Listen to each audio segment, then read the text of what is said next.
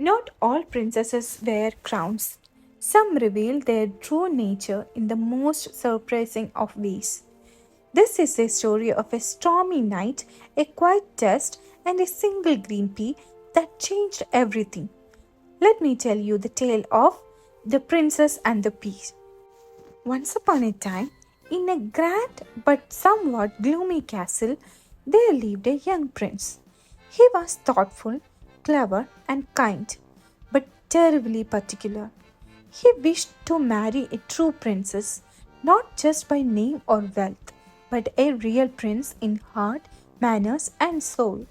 And so he traveled far and wide, across snowy mountains and deep valleys, through golden deserts and across silver seas.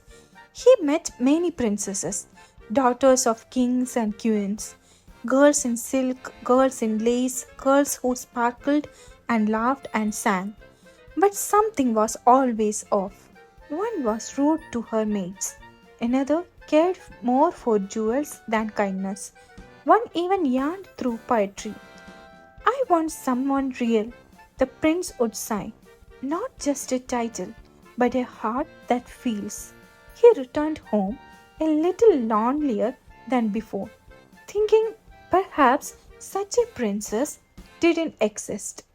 Then, one evening, as thunder cracked across the sky and rain poured like buckets from the heavens, there came a knock at the castle gate. The king, queen, and prince turned toward the sound.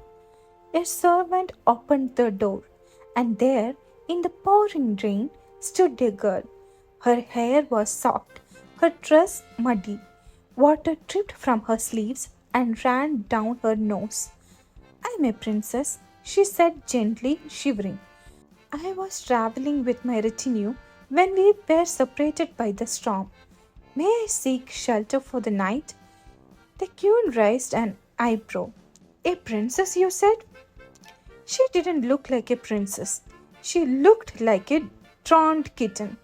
Still, the prince was curious. There was something quiet about her, something real.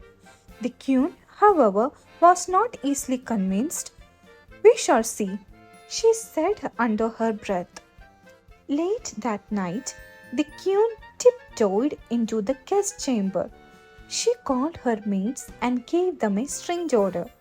First, they laid one small green pea on the bed frame, then 20 mattresses, and on top of that, 20 feather beds, fluffy, soft, high as a tower. The girl would sleep on it that night. She says she is a real princess, the queen whispered. Let's see if she can feel that tiny little pea.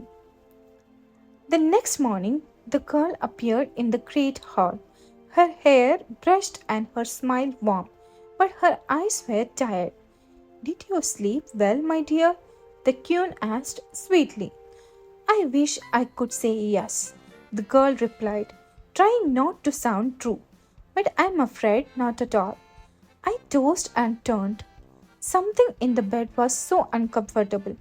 I believe I am bruised. The queen and prince exchanged glances.